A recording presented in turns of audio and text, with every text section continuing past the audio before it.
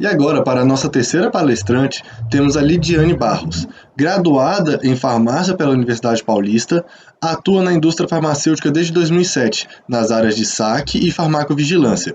Trabalhou na Bayer, na Eurofarma e atualmente é coordenadora das áreas de saque André, e ainda tá sem áudio farmacovigilância lá? na Apsen. Passo a palavra para a Lidiane. Boa palestra. Boa noite, Nayara. Oi, boa noite.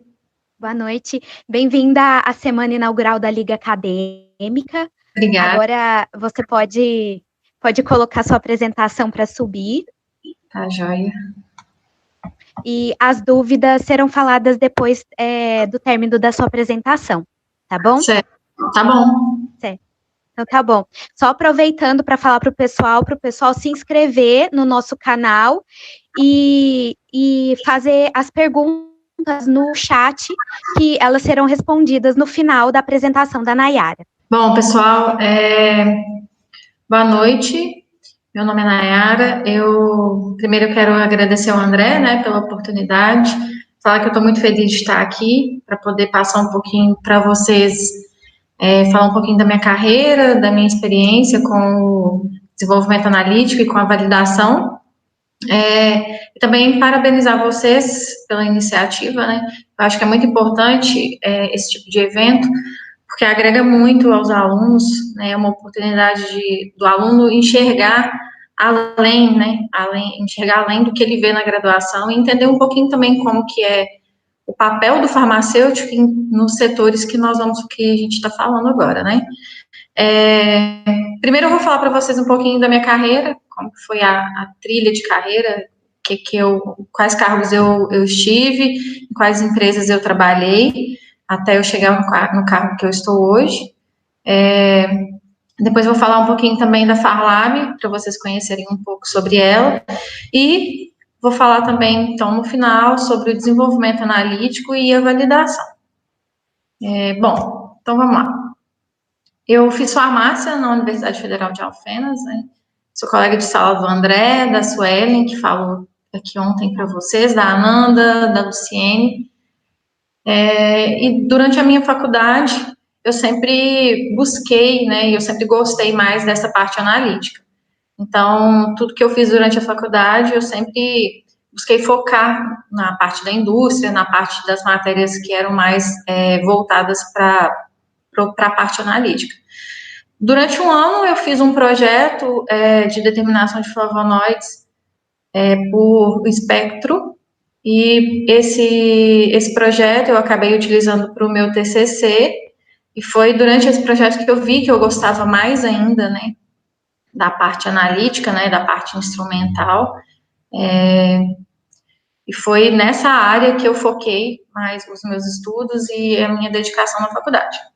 Então, depois da faculdade, em 2009, eu fui fazer estágio lá na Farlab, por coincidência que é a empresa que eu estou hoje, né? E na Farlab eu fiz o estágio na área da validação analítica. Então, esse estágio eu acho que assim, foi primordial para mim, porque no estágio eu consegui enxergar e consegui ter um contato maior, né, com a parte de cromatografia líquida, com a parte dos dissolutores e também os preparos de amostra na indústria farmacêutica, né. Então, agregou muito. Eu já gostava, né, da parte analítica, eu comecei a gostar mais ainda depois que eu fiz o estágio. E aí, depois que eu finalizei, como a Ananda disse ontem, né, quando a gente se formou, o país estava passando por uma crise, tinha pouco emprego, e aí eu fiquei em casa, procurando alguma coisa para fazer, procurando emprego. Fiquei 3 meses em casa, e aí a Suelen, minha colega de sala, que falou para vocês aqui ontem, me falou de uma vaga no Instituto Cláudia Marques, em Pouso Alegre. O Instituto Cláudia Marques é um braço do Grupo CIMED, né? Uma empresa do Grupo CIMED. E aí eu acabei entrando no Instituto como analista júnior de desenvolvimento. Como analista júnior de desenvolvimento, o que eu fazia, né? Eu era 90% executora, então eu estava 90% do meu tempo, eu estava lá na bancada, preparando a amostra, preparando as imóveis, meio de dissolução, operava também os equipamentos, dissolutor, PLC, o PLC, e trabalhava também com um pouco da parte de documentação, que eram as elaborações de relatórios de desenvolvimento. Não sei se todos conhecem, mas o Instituto Cláudia Marx é o P&D da CIMED, do Grupo CIMED, e no Instituto Cláudia Marx tem os setores de desenvolvimento analítico, equivalência farmacêutica, bioequivalência, etapa clínica e analítica, e também o setor da garantia da qualidade do lado do Instituto, né? Então, a minha trilha de carreira seguiu, e aí eu fui promovida para analista de desenvolvimento analítico pleno, e aí as minhas funções mudaram um pouco. Eu fiquei um pouco distante da bancada, né, e passei a trabalhar mais com a parte de documentação. Então, como analista de desenvolvimento analítico pleno, eu dava o suporte para o júnior e fazia a conferência da documentação gerada no setor pelos outros analistas, né. Eu costumo falar muito lá nas dinâmicas de grupo, em entrevistas que os estagiários fazem, né, lá na Farlab com a gente, que assim, que sempre na carreira, quando você está lá no início, você é mais executor, né, o analista, o farmacêutico vai ficar mais na bancada, ele vai preparar a amostra, ele vai operar equipamento, ele vai preparar soluções diluente no meio de dissolução, e aí a partir do momento que o farmacêutico, que o analista vai crescendo na carreira, ele vai deixando um pouco dessa parte de execução e vai passando mais para a parte, vamos dizer assim, mais para a parte burocrática do laboratório, né, que é a parte de documentação e outras partes também. Então, aí eu fiquei como analista pleno 4 anos e depois passei para analista de desenvolvimento analítico sênior. E como eu disse, né, quanto mais eu fui evoluindo, mais trabalhando com a parte burocrática do laboratório, eu fui ficando, né, fui fazendo mais essas atividades de burocráticas. Então, o que eu fazia como analista sênior, né, o que um analista sênior de desenvolvimento analítico lá no Instituto fazia? Eu continuei dando suporte para a equipe de desenvolvimento analítico, né, os analistas pleno, júnior e também os estagiários, mas aí eu passei também a fazer as viabilidades dos projetos, né, que é o custo, qual que seria um custo de um novo projeto, de um desenvolvimento de método, de produto acabado, para ser iniciado, né, então eu fazia essa viabilidade de custo, fazia compras de materiais, levantamentos de materiais, e também eu era responsável por uma equipe de mais ou menos umas 12 pessoas, que era a equipe responsável por fazer as análises terceirizadas lá no Instituto Cláudia Marx. Essas análises terceirizadas a gente chamava, eram análises que eram fora do desenvolvimento analítico, por exemplo. Não sei se todo mundo sabe, mas a CIMED, ela tem uma parte que produz cosméticos, alimentos. Então, a gente fazia essas análises por fora, assim, vamos dizer, para a CIMED, os análises de cosméticos, enfim, o que não era desenvolvimento analítico, essa equipe de análises terceirizadas fazia. Bom, e aí em 2017, eu senti que eu queria novos desafios, que eu queria aprender coisa nova, né, que eu queria mudar, e foi aí que eu mandei meu currículo para a Farlab, fui chamada, contratada, e na Farlab eu fui contratada como supervisora de desenvolvimento analítico, né. Então, quando eu cheguei na Farlab, eu vi um desafio muito grande, porque o laboratório de desenvolvimento analítico da Farlab não estava tão estruturado quanto era o laboratório do Instituto Cláudia Marx na época, né? Então, foi um grande desafio, porque estruturar laboratório, estruturar fluxos, fazer melhorias. Então, Em 2017, quando eu entrei na Farlab, foi uma mudança drástica, né, que eu estava vindo da CIMED, do Instituto Cláudia Marques, que tinha um laboratório com fluxos definidos, um laboratório bem estruturado, para estruturar um laboratório e começar devagar, implementar fluxos. Então, foi um desafio muito grande, foi uma mudança totalmente radical. Em 2018, eu assumi também a equipe da validação analítica e passei, então, peguei essa responsabilidade também de supervisionar a equipe de validação, e hoje é isso que eu faço. Então, hoje eu sou supervisora de desenvolvimento analítico e validação lá do P&D da Farlab. É uma equipe de mais ou menos umas 23 pessoas, e toda a parte de desenvolvimento analítico de métodos e a validação desses métodos passa por nós lá na Farlab, né? Bom, então agora eu vou falar um pouquinho lá da Farlab, para vocês conhecerem um pouco da história da Farlab, né? Então, a Farlab é uma empresa nova, eu considero que ela é muito nova, que ela foi fundada em 2000, a Farlab era uma empresa 100% nacional e 100% mineira. E aí, em 2012, a Farlab foi vendida para a Biogaran, que é uma empresa do Grupo Servier, um laboratório francês, e a partir de então, a Farlab mudou totalmente a trajetória dela.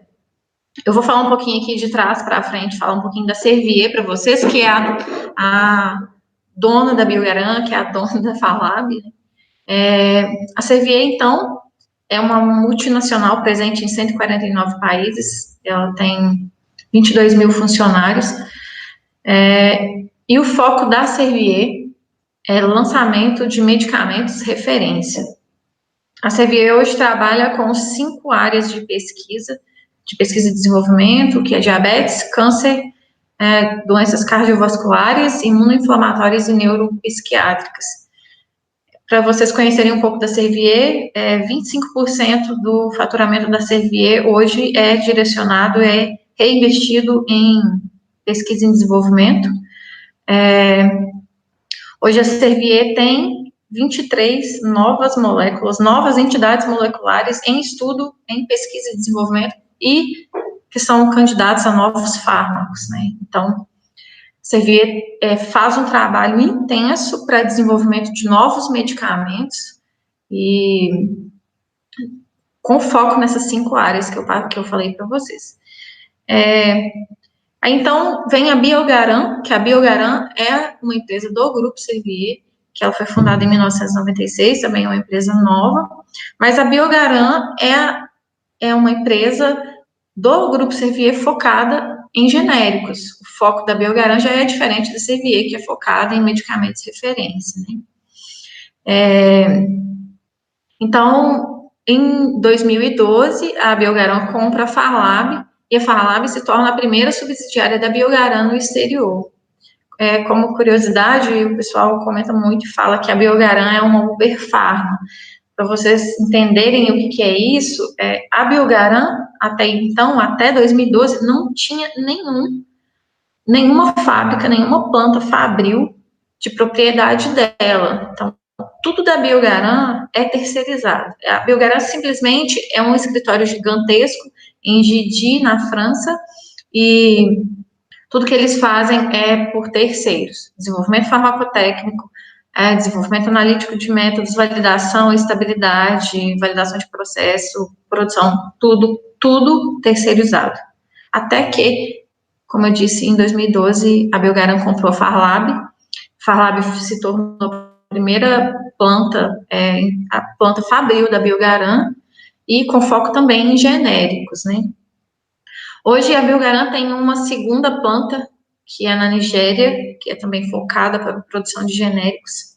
E essa indústria, assim como a Farlab, ela responde para a Biogaran, mas também responde para a Servier, né?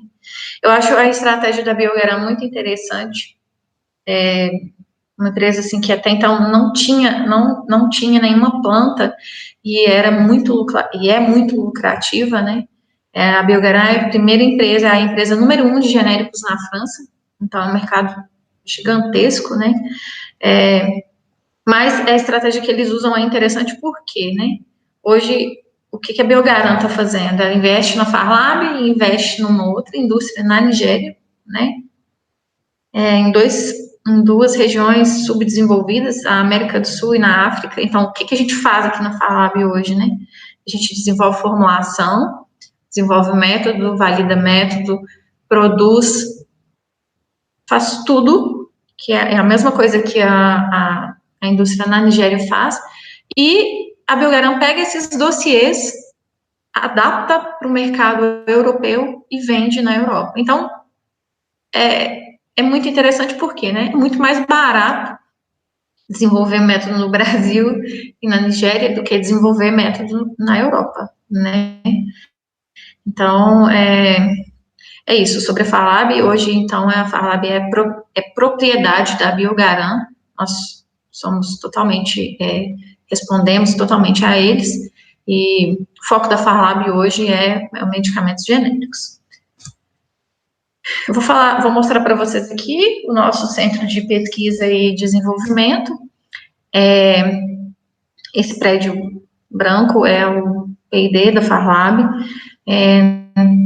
Aí, nesse prédio, nós temos as áreas de desenvolvimento analítico, né, que é a área que eu trabalho, validação analítica, estabilidade e desenvolvimento farmacotécnico, né.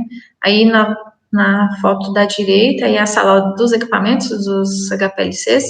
A parte aqui da esquerda já é o desenvolvimento farmacotécnico, né.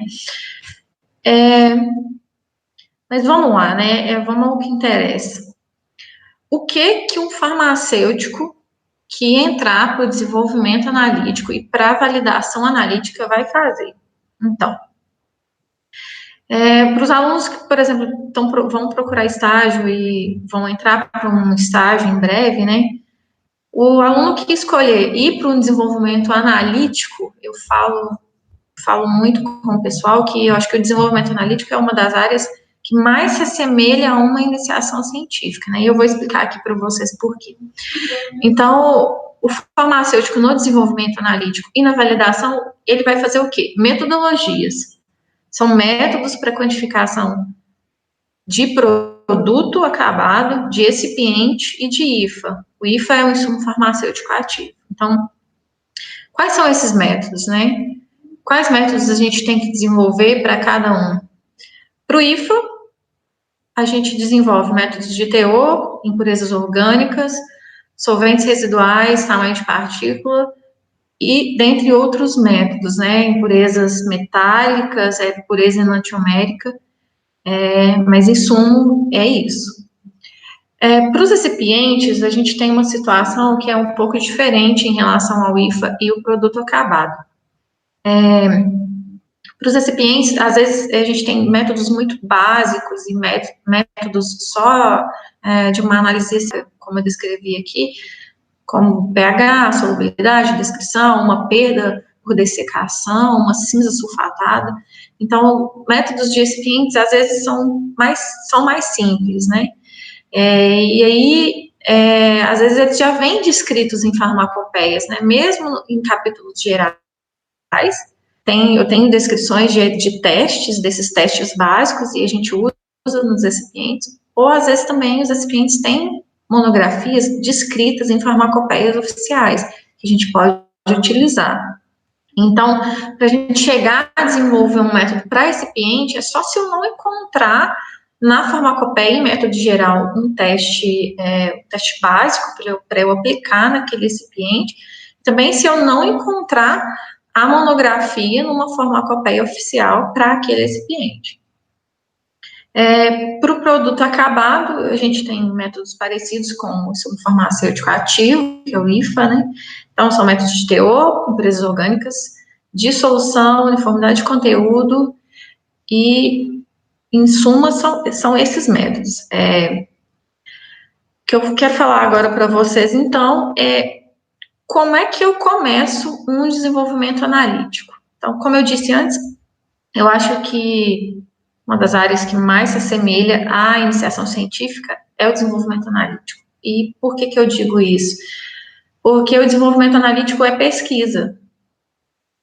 Ele é correr atrás de informação, é fazer pesquisa bibliográfica. E eu digo muito também que no desenvolvimento analítico, você não vai acertar sempre. Você, o farmacêutico, o analista que estiver trabalhando com desenvolvimento analítico, vai errar muito, vai dar muito errado antes de dar certo. Então, pessoal que gosta da iniciação científica, gosta de ir para a bancada, gosta de testar, gosta de entender o que está acontecendo, o desenvolvimento analítico, vou começar o desenvolvimento de método para um produto acabado, seja um comprimido ou uma suspensão. Bom, o que eu tenho que fazer? Eu tenho que fazer a pesquisa bibliográfica. Então, eu tenho que pegar informações sobre a molécula, né, sobre o meu ativo, pKa, solubilidade, formas polimórficas, pegar todas as informações que eu conseguir sobre a molécula. Conseguir também as informações sobre a formulação, que é muito importante. Qual forma farmacêutica que é? É um comprimido? É um comprimido de liberação imediata? É uma pomada? É um creme? É uma suspensão? Qual que é a minha forma farmacêutica, né? E para eu conseguir essas informações, eu não posso pegar de qualquer lugar, né? Eu preciso buscar essas informações em fontes confiáveis. Quais são essas fontes confiáveis hoje, né? Os artigos científicos, né? Farmacopeias oficiais. As farmacopeias hoje, a Anvisa tem uma lista de farmacopeias que são oficiais, que são aceitas pela Anvisa, né? Então, a indústria farmacêutica pode utilizar qualquer monografia que esteja nessas farmacopeias oficiais. O site da Anvisa, né, que é a nossa agência reguladora, site do FDA e do EMA. Então, o FDA é a agência reguladora americana, né, que é mais ou menos, ela tem o mesmo papel, mais ou menos o mesmo papel que a Anvisa tem aqui no Brasil. O EMA, que é a agência reguladora da União Europeia, e também a gente busca informações no DMF, que a gente fala, é o Drug Master File, que a gente chama, o arquivo de informações do IFA. Então, todo fabricante de IFA, quando a indústria farmacêutica vai adquirir algum insumo, esse arquivo, esse documento, ele é enviado para a indústria com todas as informações lá do ativo, do IFA. Por exemplo, eu tenho uma molécula lá no IFA, lá no DMF, desculpa, eu vou ter as informações de forma molecular, nomenclatura, número CAS, e todas as informações da molécula eu tenho no DMF. Além dessas informações da molécula, no DMF eu vou conseguir também os métodos que o fabricante utilizou para avaliar essa molécula, as validações dos métodos, os estudos de estabilidade que o fabricante fez para esse IFA, né, para falar sobre a estabilidade dele ou não. Então, o DMF é uma fonte de informação muito importante sobre o insumo farmacêutico ativo, né. Além do DMF, também tem os guias do ICH, né. O ICH, como foi dito nas outras palestras, é uma organização internacional de harmonização de requisitos técnicos, né, para os produtos farmacêuticos de uso humano, e o ICH tem muitos guias que direcionam o trabalho da indústria farmacêutica, né? São guias. O que está lá, eu não sou obrigada a cumprir, mas a Anvisa usa isso, os guias do ICH como referência para muita coisa. Então, se estamos seguindo uma recomendação do ICH, isso é bom. Se eu desenvolver um método e utilizar como referência alguma informação de algum guia do ICH, o meu método, ele vai ter credibilidade. Né? Bom, aí eu trouxe aqui para vocês, para mostrar resumidamente, né, a carinha de uma pesquisa bibliográfica. Isso aqui é só o início, é só uma parte, está bem resumido, mas, como eu disse, que se parece muito com a iniciação científica, na coleta de dados e na pesquisa, a gente buscou, né, denominação como brasileira, número DCB, CAS, LogTP, peso molecular, forma, estrutura, pKa, e além disso aqui que eu trouxe para vocês, muitas outras informações a gente precisa colocar no protocolo de desenvolvimento e no relatório de desenvolvimento. Bom, feita a pesquisa bibliográfica, né, o que o analista, o farmacêutico de desenvolvimento analítico vai ter que fazer depois, né?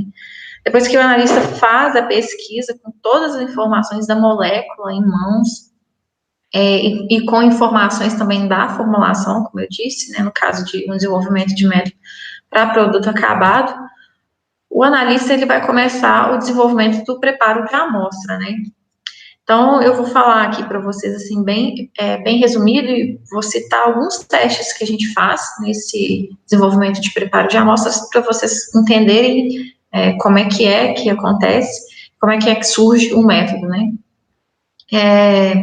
Quero falar também que depois eu vou falar um pouco do desenvolvimento da condição cromatográfica, mas que desenvolvimento de preparo de amostra e desenvolvimento de condição cromatográfica não são etapas separadas, elas andam junto. O preparo de amostra com o desenvolvimento também da condição cromatográfica, elas são feitas concomitante. O analista avalia lá o preparo de amostra dele, e aí ele já vai e injeta em HPLC, por exemplo, aquela amostra, aquela primeira candidata a preparo de amostra, numa condição cromatográfica que é uma candidata à condição definida dele também, né? Então, a partir do momento que o analista vai trabalhando no preparo de amostra, ele vai trabalhando concomitante também no desenvolvimento da condição cromatográfica.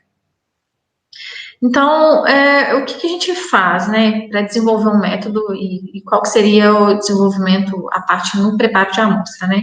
Eu preciso avaliar, no primeiro momento, diferentes solventes e diluentes.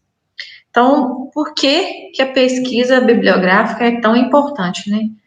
Quando chegar aqui na parte que o analista vai avaliar qual solvente eu vou usar, qual diluente eu vou usar um solvente mais polar, vou usar um solvente mais apolar, eu vou fazer uma solução aquosa, se eu vou fazer, qual pH eu vou usar?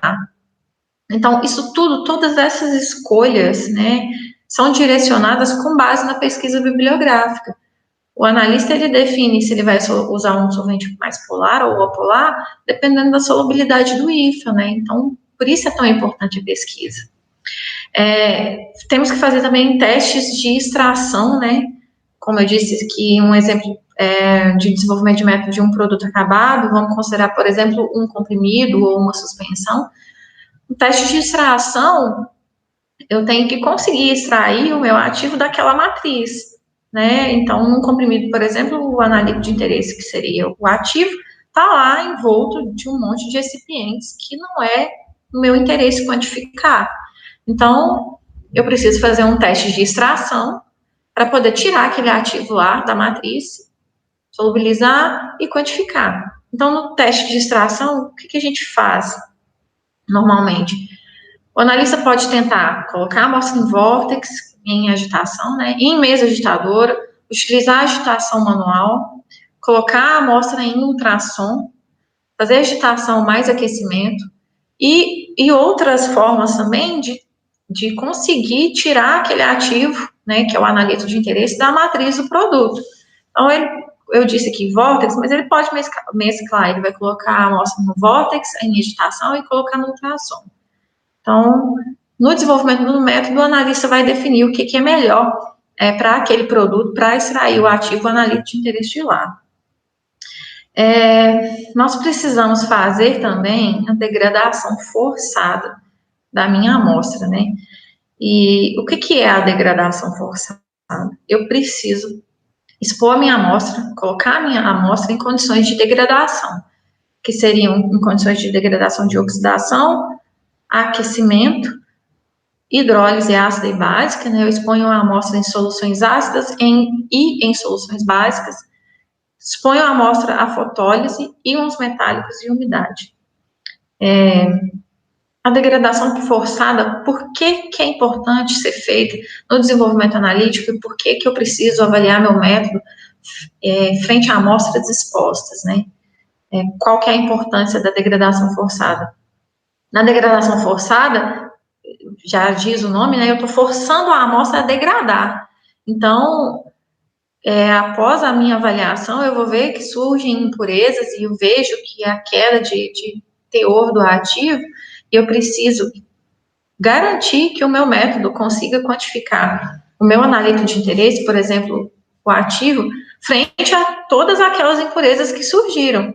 Então, o objetivo da degradação forçada é esse, eu tenho que forçar o surgimento de impurezas para que eu possa garantir que o meu método vai ser seletivo para o meu analito de interesse, seja ele o ativo ou impurezas conhecidas que eu precise quantificar no produto.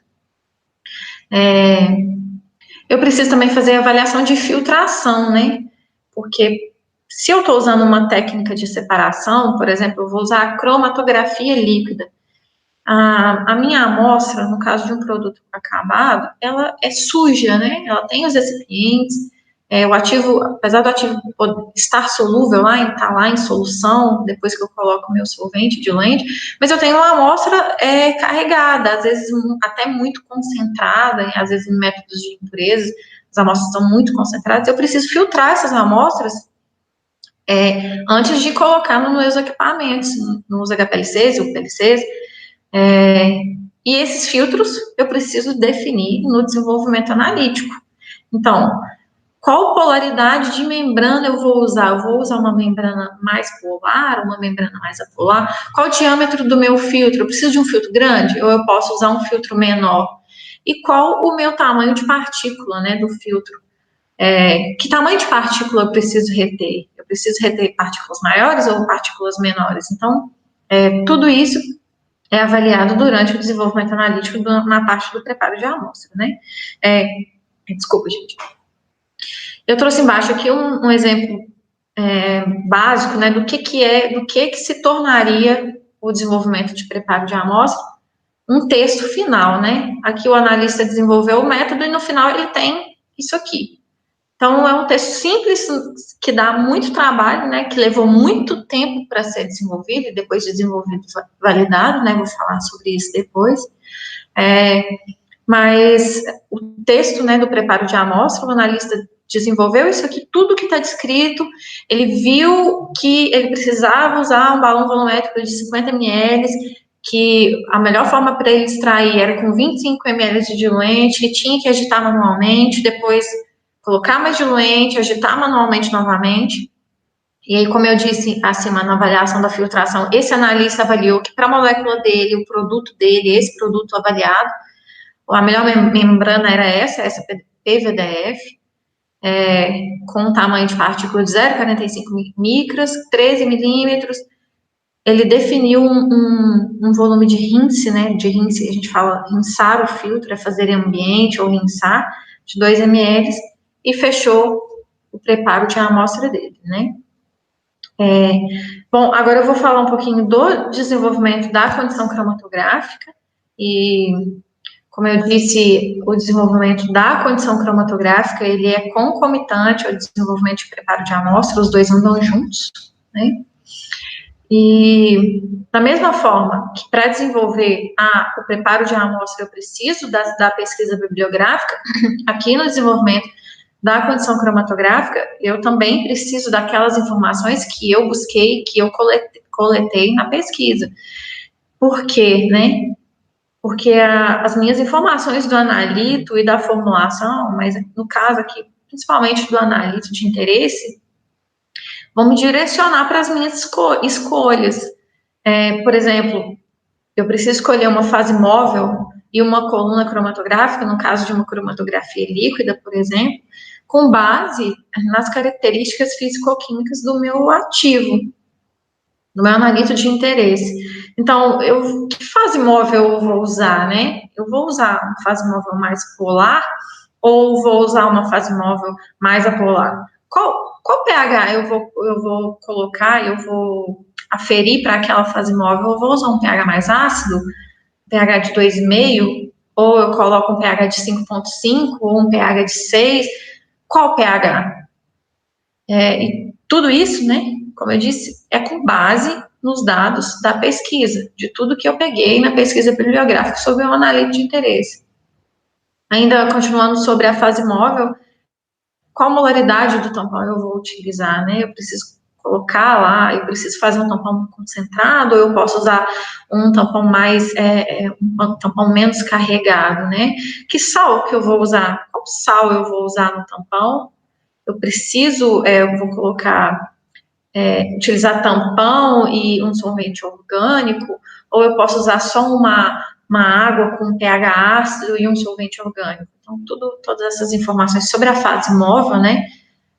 A escolha da fase móvel vai ser direcionada com base nas características físico-químicas do analítico de interesse.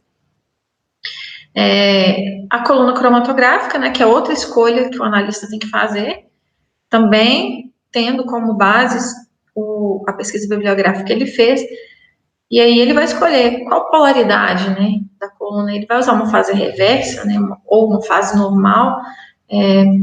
Fase reversa aí, relembrando, é onde eu tenho uma coluna, a coluna cromatográfica tem uma característica mais apolar que a fase móvel, e a fase normal é o contrário, onde na coluna cromatográfica eu tenho uma característica mais polar da coluna.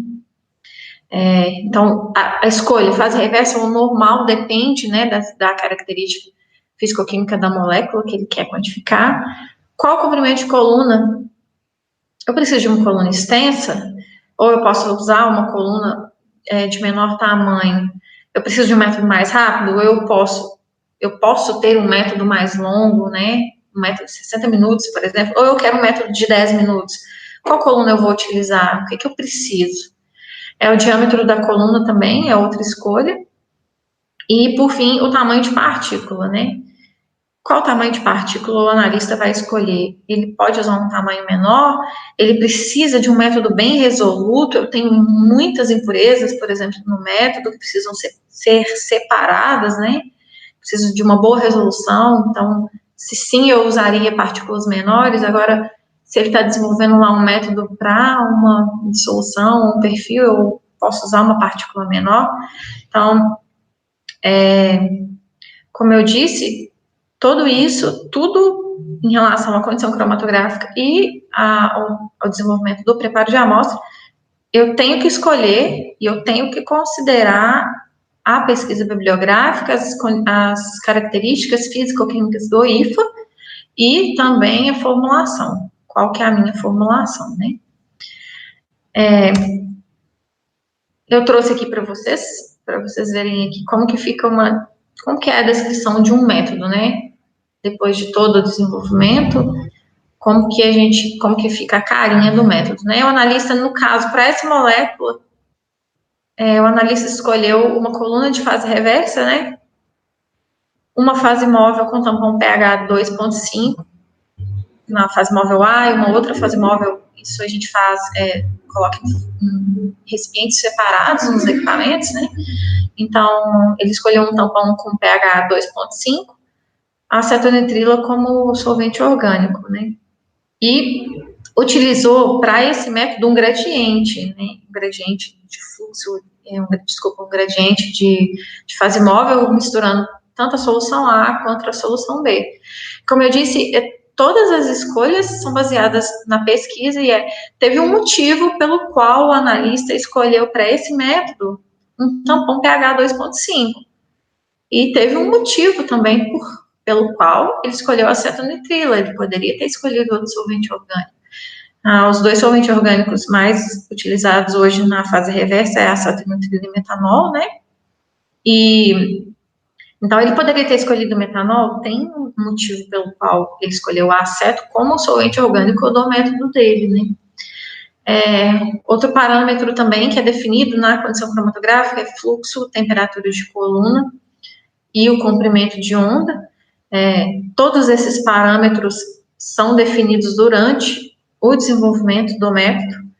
O analista testa fluxos maiores e menores para esse fluxo, para se chegar a esse fluxo de 1 ml por minuto. Com certeza o analista testou um fluxo mais baixo e um fluxo mais alto, para chegar que a temperatura da coluna, temperatura do forno, na verdade, que a gente diz, né, 40 graus, o analista testou deixar a coluna numa temperatura mais baixa, mas aí, nos testes de desenvolvimento, ele avaliou que para o produto dele, para o método dele, colocar 40 graus de temperatura de forno de coluna num cromatógrafo líquido seria a melhor condição para ele, né?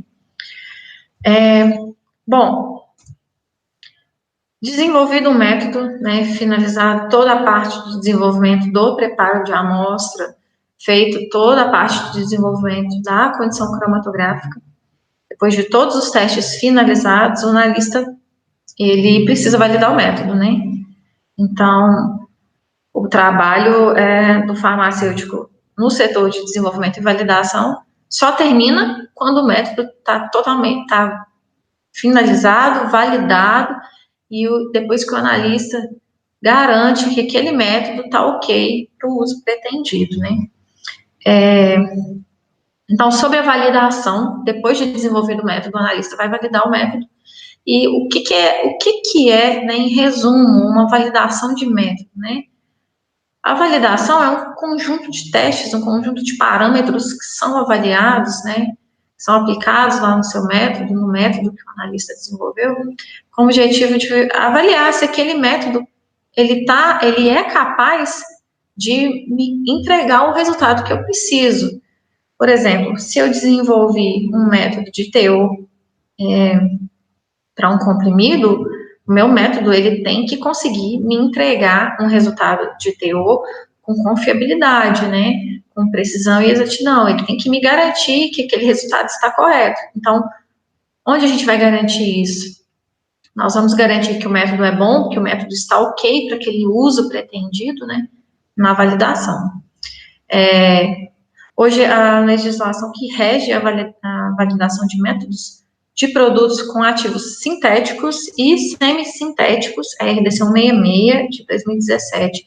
É uma legislação da Anvisa que rege, então, aí toda essa parte de validação de métodos de ativos sintéticos e semissintéticos. Essa legislação, ela exclui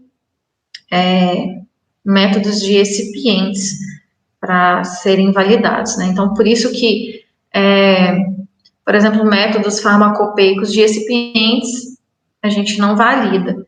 E é por esse motivo, porque a RDC 166 exclui os métodos de excipientes do escopo dela. Então, na validação, o que eu tenho? Quais os tipos de validação que eu tenho para fazer depois de ter um método de desenvolvido, né? Depois que eu desenvolvo um método por completo, e esse método é 100%, a gente fala 100% in-house, né?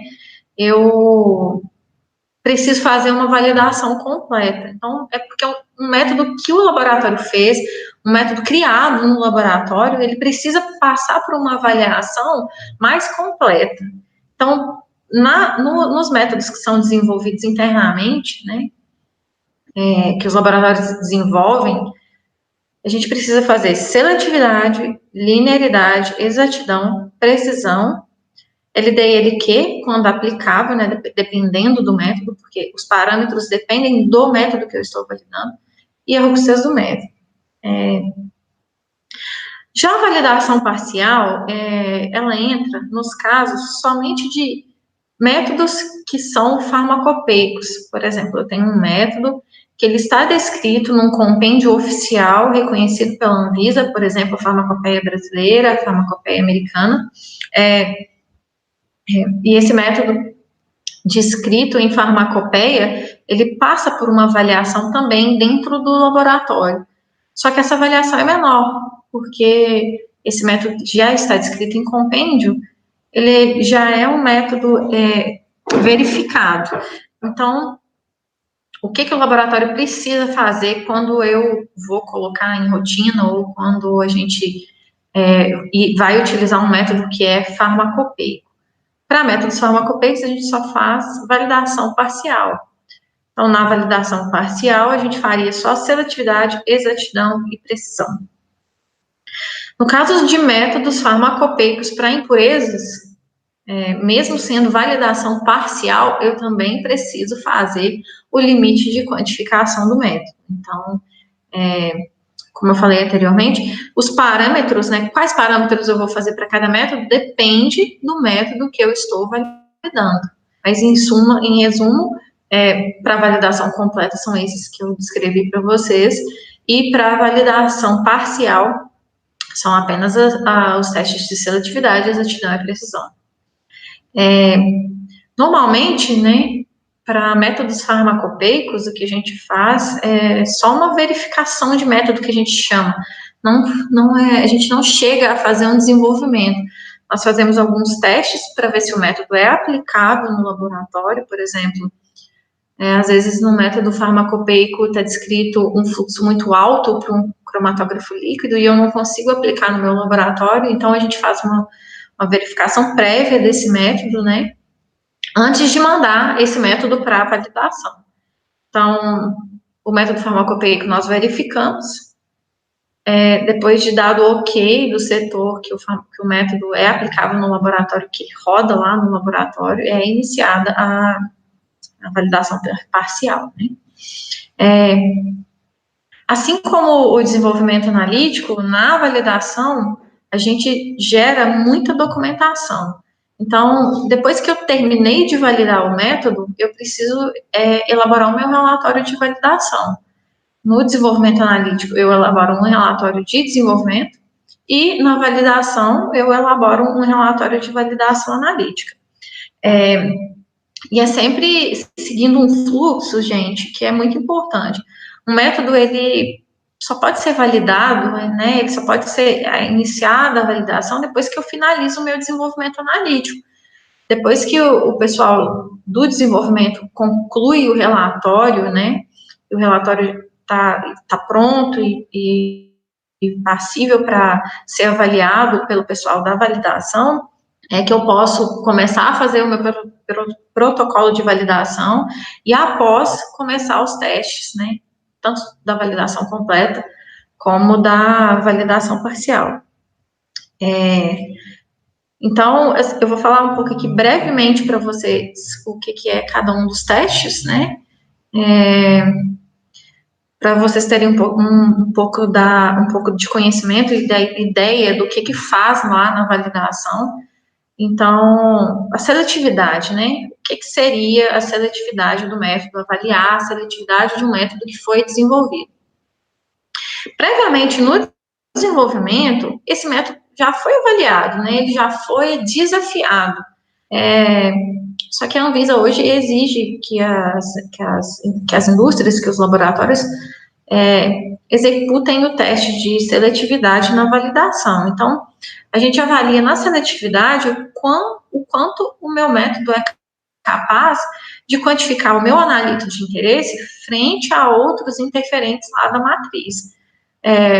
Frente a interferentes, por exemplo, do placebo, né, que são componentes da formulação, frente a interferentes também do diluente ou da fase móvel. Então, esse é o papel da seletividade. A linearidade, por que eu faço a linearidade, né? Eu tenho que comprovar que o meu método é linear, ou seja, que ele me dá respostas proporcionais à minha concentração no método, né? E aí ele tem que me mostrar. Por exemplo, se eu faço uma quantificação de uma amostra 0,1 miligrama por ml, meu método me dá um sinal no equipamento.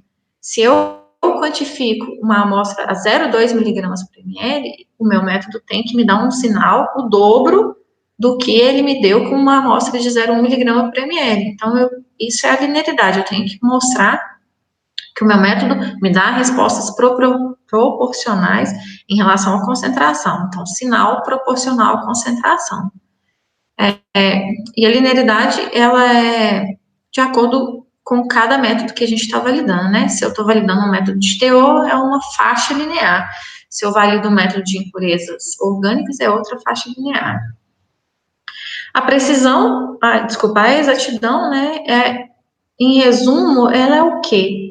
A exatidão é a capacidade que o meu método tem de extrair, de recuperar aquela quantidade de ativo que eu tenho lá na formulação. Por exemplo, se hoje eu vou quantificar um método, né, que foi feito por um comprimido de 100 miligramas, né, eu fiz uma concentração de trabalho lá para eu conseguir, eu fiz um preparo de amostra, eu consegui extrair aqueles 100 miligramas lá de dentro do comprimido e poder quantificar. Quem vai me dizer se isso está correto, se o meu método está conseguindo extrair esse ativo da amostra, é a exatidão. Então, exatidão é a capacidade do método em mostrar, né, garantir, mostrar que eu consigo extrair o meu ativo, o meu analítico de interesse lá da minha matriz. Já a precisão é a capacidade do método em me dar resultados próximos. Então, por exemplo, se eu preparo 10 amostras, o que vai me dizer se aquelas 10 amostras estão me dando resultados parecidos, próximos, né, é a avaliação da precisão. Então, eu faço testes de precisão para garantir que o método me dá resultados confiáveis, próximos e repetíveis, né? Eu consigo repetir aquele preparo de amostra que foi desenvolvido, e aí, todas as vezes que eu repito esse preparo, eu obtenho o mesmo resultado. Então, esse é o objetivo da precisão. Para os testes de limite de detecção e limite de quantificação, o limite de detecção, ele nada mais é que o limite, a concentração mínima que o meu método vai conseguir detectar, sem quantificar. E o limite de quantificação é a concentração mínima que o meu método vai conseguir quantificar aquele analítico de interesse com precisão e exatidão. Então, normalmente o que a gente faz para os métodos é limite de quantificação, né? Porque eu preciso saber qual concentração mínima, né, aquele meu método consegue me dar resultados precisos e exatos, então resultados confiáveis, né? E por último, a robustez. Muitas pessoas, alguns testes de robustez até são feitos no desenvolvimento analítico, mas ela é um parâmetro a ser avaliado e está descrito na RDC 166, né, então a gente tem que fazer na validação. A robustez, ela nada mais é que a avaliação do método, capacidade do método em te dar resultados confiáveis frente a alterações deliberadas na metodologia. Um exemplo, né? Vocês viram no slide anterior que eu mostrei para vocês, o analista desenvolveu uma fase móvel com pH 2,5. Mas vamos considerar que um dia lá no controle de qualidade, por exemplo, aconteceu alguma coisa e o analista não aferiu corretamente o pH e o pH da fase móvel dele saiu com 2,6. Com 2,6 de pH na fase móvel dele, o método consegue entregar um resultado confiável, um resultado correto, da mesma forma que conseguiria com 2,5? Então, é isso que a robustez avalia. Mesmo com alterações pequenas, tanto na cromatografia, né, lá no pH da fase móvel, né, um pouquinho na temperatura do forno da coluna, essas pequenas alterações, o meu método ainda consegue me entregar um resultado confiável, né, um resultado com precisão e exatidão. Então, esse é o objetivo da robustez. Bom, era isso que eu queria falar para vocês hoje, gente. Quero agradecer de novo ao André, né, pela oportunidade. Então, estão aí os meus contatos, que se alguém quiser mandar algum e-mail, quiser perguntar alguma coisa, pode me mandar mensagem, pode mandar e-mail, que eu estou à disposição. Quero falar também, como eu disse no início, para os alunos que gostam de iniciação científica, para os alunos que gostam da parte analítica, né, para os alunos que não gostam de rotina, o desenvolvimento analítico é uma boa oportunidade, né, assim como a validação. No desenvolvimento analítico, o estagiário tem muita possibilidade, muitas oportunidades de pensar por si só, né, porque é uma parte que você não tem um método escrito, você não tem um roteiro do que você vai fazer, né? Então, o aluno, no desenvolvimento, ele tem a oportunidade de aplicar o que ele aprendeu na faculdade. Então, como eu disse lá no meio da apresentação sobre a pesquisa bibliográfica, né, com todas aquelas informações do ativo e da formulação, é com aquilo que o método vai ser criado, né? Então, para os alunos que gostam dessa parte de pesquisa, de parte analítica, o desenvolvimento analítico e a validação analítica é uma boa oportunidade. Essa é a dica que eu tenho para dar para vocês. Quero mandar um beijo também para a Suelen, para a Ananda, para a Luciene, minhas colegas de sala. Quero parabenizar todo mundo também pelas palestras que eu acompanhei durante a semana. Estão muito enriquecedoras. Como disseram algumas pessoas, né? Se a gente tivesse esse tipo de conteúdo, se a gente tivesse isso na nossa graduação, para acrescentar, né? Que eu tenho certeza que a gente teria saído da graduação, do curso de farmácia, muito mais bagagem sobre o mercado, sobre as profissões, e com informações muito mais consolidadas, né? É isso. Bom, obrigada, Nayara. Por nada. Tivemos algumas perguntas e agora eu vou fazer para você. A validação usa as normas da Anvisa ou normas internacionais? A validação usa as normas da RDC 166, que é a RDC da Anvisa. Então, a validação, eu uso normas internacionais. Mas, o que acontece, né? Muitas vezes, às vezes a gente desenvolve e valida um método e a Anvisa nos manda questionamentos, né? Que são as exigências. E aí a gente usa esses guias, igual eu apresentei lá, que eu falei sobre o ICH, e também algumas informações dos sites das agências reguladoras, do FDA e do EMA, como respostas a esses questionamentos da Anvisa. Tipo, você está me questionando aqui no Brasil isso, mas lá, o FDA, o EMA, o ICH, o pessoal na Europa, no mundo inteiro faz dessa forma. Então, os guias, né, as referências internacionais, a gente usa também como referência para justificativas, para exigências, né, e para responder esses questionamentos da Anvisa. É assim. Uma segunda pergunta aqui. A sua equipe desenvolve método para determinar produtos de degradação? Desenvolve método para determinar produto de degradação. Por exemplo, para um produto acabado, eu desenvolvo um método, basicamente, né? Eu desenvolvo um método de teor, que é o método que vai quantificar o meu ativo do produto. Desenvolvo um método para produtos de degradação, a gente chama impurezas orgânicas, né? E desenvolvo um método para uniformidade de conteúdo. A uniformidade de conteúdo é um método para garantir que, por exemplo, em 10 comprimidos, naqueles 10 comprimidos, eu tenho ativo suficiente para fazer o efeito que eu espero, a uniformidade de conteúdo. Desenvolvemos métodos também de dissolução e perfil de dissolução, né, são os métodos que vão garantir a dissolução do fármaco, a dissolução do comprimido e a liberação do fármaco, e basicamente é isso. Mas desenvolvemos, sim, métodos de produtos de degradação, que a gente chama de métodos de impurezas orgânicas. Só para o pessoal entender, para ficar mais claro, às vezes o produto tem impureza orgânica, impurezas metálicas, que são metais, alguns metais, e outros tipos de impurezas. Um solvente residual, por exemplo, também é uma impureza.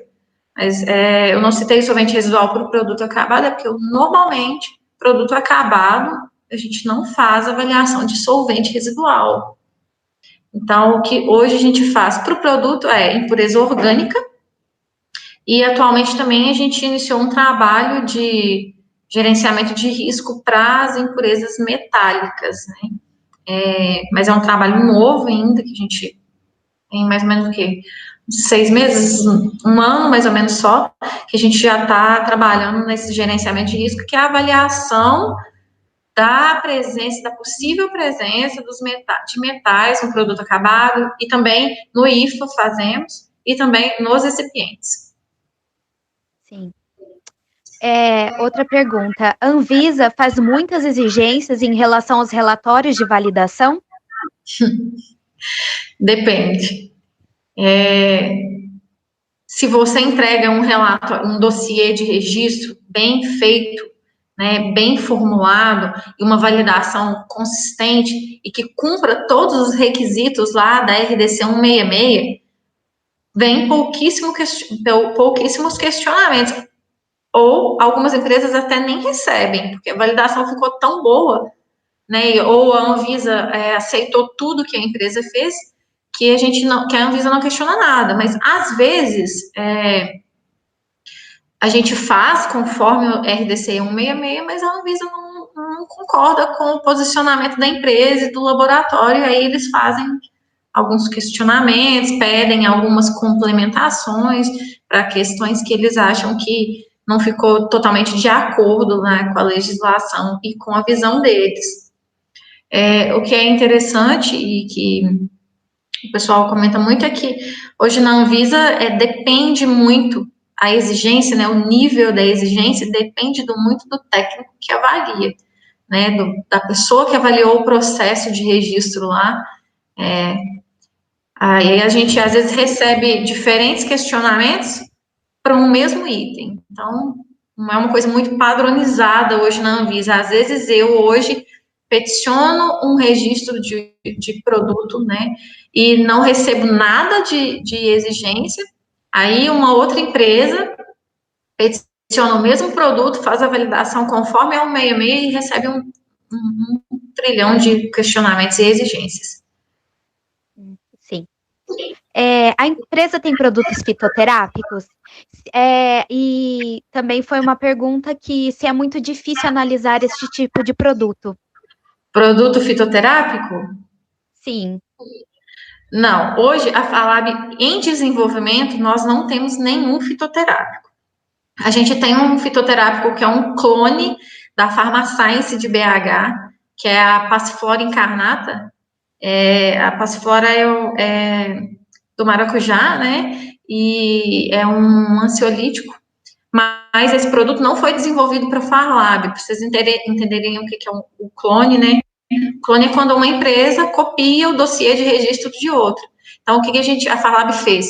Copiou o registro desse medicamento lá da Pharmascience, lógico que é um acordo comercial, né? Fez esse acordo comercial com a Pharmascience e lançou essa Passiflora. Então, hoje em desenvolvimento a gente não tem nenhum fitoterápico. E respondendo a outra pergunta, é muito difícil fazer desenvolvimento de método de fitoterápico. Por quê? Né? Como eu não tenho um ativo sintético, né? Por exemplo, Passiflora, né? Um comprimido de Passiflora depende muito do meu extrato. O extrato que eu tenho, por exemplo, lá de Passiflora, depende da colheita lá que teve na época que foi colher a folha, por exemplo, do maracujá que eu fiz o extrato. Se foi no inverno, se foi no verão, se foi na primavera, se foi no outono. Cada tipo de colheita gera um tipo vai me gerar um tipo de extrato. Cada tipo de extrato vai me gerar uma quantidade diferente de ativo. Então, é complicado, né? Mais complicado fazer fitoterápico. Já trabalhei com fitoterápicos na CIMED, lá no Instituto Cláudia Marques, e dá um trabalhinho maior do que os medicamentos com ativo sintético. Sim. Mais uma pergunta. Gostaria de saber se apenas os estudos de degradação forçada para estabilidade são realizados e quantos testes acelerado e de longa duração? Você pode repetir? Travou um pouquinho. Eu gostaria de saber se apenas os estudos de degradação forçada para estabilidade são realizados e quanto os testes acelerados e de longa duração. Tá, a pergunta ficou um pouquinho misturada, eu vou explicar separado, assim. Teste de degradação forçada não é feito no estudo de estabilidade. né? O teste de estudo de degradação forçada, igual eu expliquei, é feito no desenvolvimento analítico, né? Então, quando eu desenvolvo um método, por exemplo, vou desenvolver um método de quantificação de um ativo, do ativo mesmo, do comprimido, da suspensão, eu faço uma degradação forçada para garantir que o meu método é indicativo de estabilidade para teor. O que significa ser indicativo de estabilidade para teor? Lá no desenvolvimento analítico, eu exponho a minha amostra a degradações, a condições de degradação, né, ácida, básica, umidade, fotólise, para eu tentar simular o que poderia acontecer lá na estabilidade. Mas aí, quando eu faço essa exposição, no desenvolvimento, eu vou conseguir, o ativo degradou em aquecimento, surgiram tais impurezas. O meu método tem que separar as impurezas do ativo. Então, eu tenho que conseguir quantificar o meu ativo. O meu analito de interesse, no caso de um método de doseamento, é o ativo.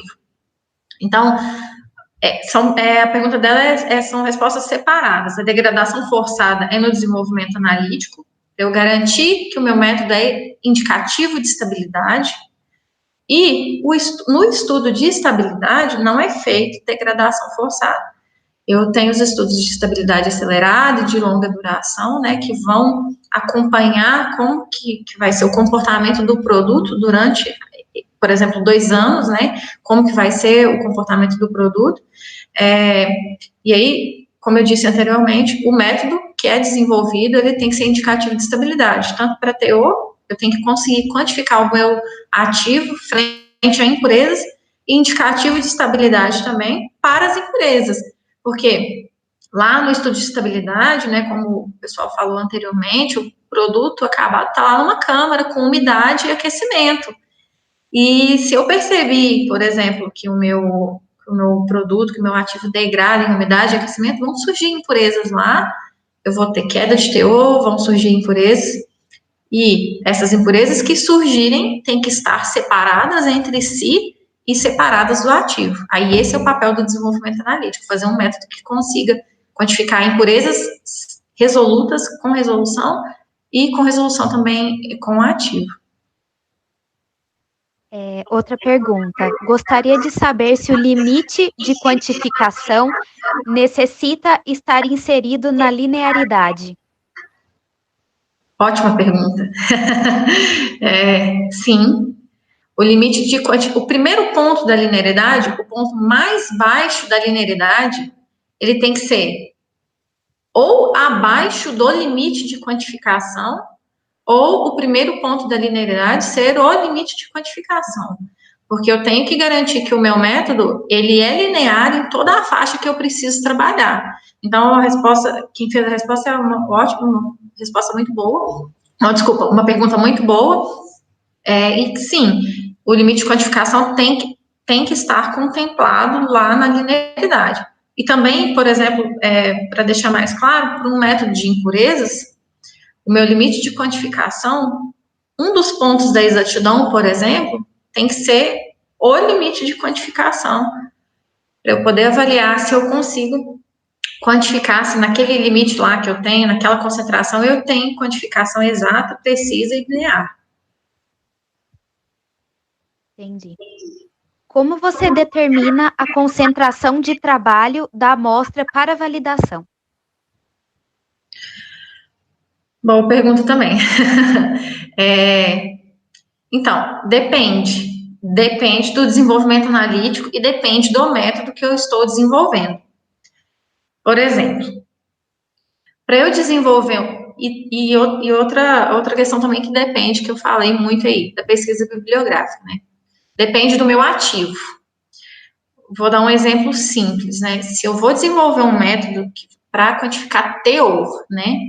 Normalmente, o teor, o ativo, está em alta concentração, está em uma concentração mais alta que, por exemplo, impurezas no produto acabado. Vamos supor um comprimido de 100 miligramas. Então, em um comprimido, eu teria 100 miligramas de ativo. E aí, para esse desenvolvimento do método, por exemplo, eu tenho um ativo que ele tem alta absortividade, ou seja, ele absorve muito lá no UV. Então, eu consigo fazer, por exemplo, uma concentração de trabalho mais baixa. Eu não preciso fazer uma amostra muito concentrada, sei lá, nossa, eu vou jogar aqui no balão 10 comprimidos. E vai ser a minha amostra de trabalho, essa amostra de 10 miligramas por ml, por exemplo. Para um teor, eu não preciso fazer isso. Porque por a cada comprimido, eu tenho uma concentração alta, vamos dizer assim. E, como eu disse também sobre a molécula, se eu tiver moléculas que absorvem bem, né, no ultravioleta, eu vou conseguir quantificar, definir um preparo de amostra e uma concentração de amostra mais baixo. Não preciso fazer uma amostra muito concentrada e carregada, não preciso colocar muito, se for, por exemplo, uma suspensão, uma quantidade alta lá, um volume alto de suspensão, ou se for uma pomada, muita massa de pomada para eu preparar a minha amostra para o teor. Já quando eu desenvolvo um método para impurezas, as impurezas os limites de impurezas são muito baixos. Então, às vezes, para eu enxergar aquelas impurezas, eu tenho que fazer uma amostra mais carregada. Então, o que é a premissa? Normalmente, os métodos de teor são concentrações mais baixas e os métodos de impurezas são concentrações mais altas. Assim, essas foram as perguntas. Eu queria agradecer, Nayara, por sua participação na semana aqui. Eu vejo que essa área ela é um pouco falada na nossa graduação, mas não é tão colocada na aplicabilidade na indústria farmacêutica. Eu queria agradecer você por ter dado toda essa explicação sobre essa área. Muito obrigada. Por nada, e espero que todo mundo tenha gostado. Como eu disse anteriormente, quem precisar, quiser me mandar e-mail, tirando outras dúvidas, também pode me mandar mensagem, que eu estou disponível para responder todo mundo, tá bom? Obrigada, gente.